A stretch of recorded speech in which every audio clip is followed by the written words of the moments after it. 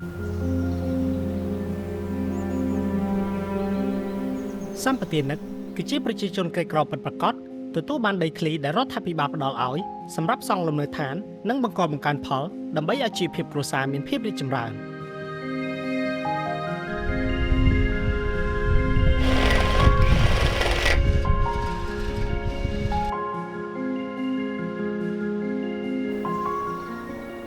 ជាជំហានដំបូងគឺយើងបានប្រកាសជាសាធារណៈបាទឲ្យបងប្អូននឹងដាក់ពាក្យស្នើសុំដីឬមេភូមិប្រកាសគេជ្រើសរើសអ្នកដែលប្រជាជនដែលអត់មានដីអញ្ចឹងណារួចគេចែកដីសម្បទានដាក់ឲ្យគាត់ទទួលបានដីនឹងគឺយើងរៀបចំគណៈកម្មការមានទាំងប្រសំមានទាំងកាសព្រឹទ្ធាចារ្យមានទាំងភូមិបាទទាំងអស់បាទយកមកគឺប្រជុំយកមកវាតម្លៃគ្រួសារមួយយកមកវាតម្លៃដាក់ពិន្ទុបាទខ្ញុំសួរមេភូមិសួរអីពិន្ទុប៉ុណ្ណេះបានអត់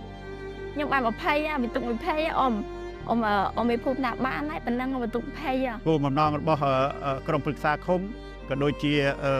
ថ្នាក់ដឹកនាំអស់គឺចង់បានអ្នកដែលអត់ពិតប្រាកដ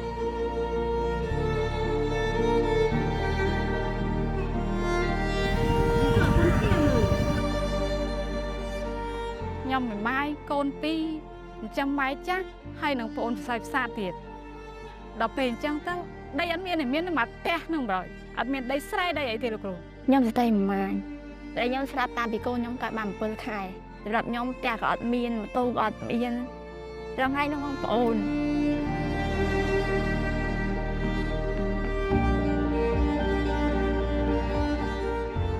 បញ្ហាទី1គឺជួយកាត់បន្ថយរៀបក្រីក្ររបស់ប្រជាពលរដ្ឋ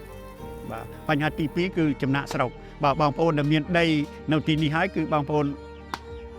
លែងធ្វើចំណាក់ស្រុកទៅក្រៅហើយនិយាយរួមទៅខ្ញុំធ្វើការខ្ញុំដឹងថាប្រាក់ចំណូលអាចដោះស្រាយជីវភាពបានប៉ុន្តែបើដីនេះគឺខ្ញុំអត់អាចរកលុយមកទិញបានទេអញ្ចឹងខ្ញុំសុខចិត្តលះបង់ការធ្វើការនៅទីក្រុងមកបង្កផលហើយរស់នៅជាអចិន្ត្រៃយ៍នៅលើដីដែលរដ្ឋាភិបាលបានសម្ពាធបាទគាត់នឹងមានជីវភាពរស់នៅកាន់តែល្អប្រសើរតាមរយៈការផ្ដល់ដីសម្បត្តិនេះចេះគឺគាត់មានដីបង្កើនផលទាំងមានដីដែលដាំដំណាំរួមផ្សំមានទាំងដីចិញ្ចឹមសត្វ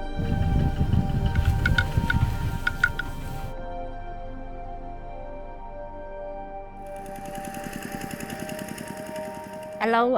រដ្ឋាភិបាលឲ្យផ្ទះទៀតសុបាយចិត្តខ្លាំងមែនទែនបងខ្ញុំមិនខំប្រឹងប្រែងថាខ្ញុំចិញ្ចឹមកូនខ្ញុំឲ្យល្អហើយ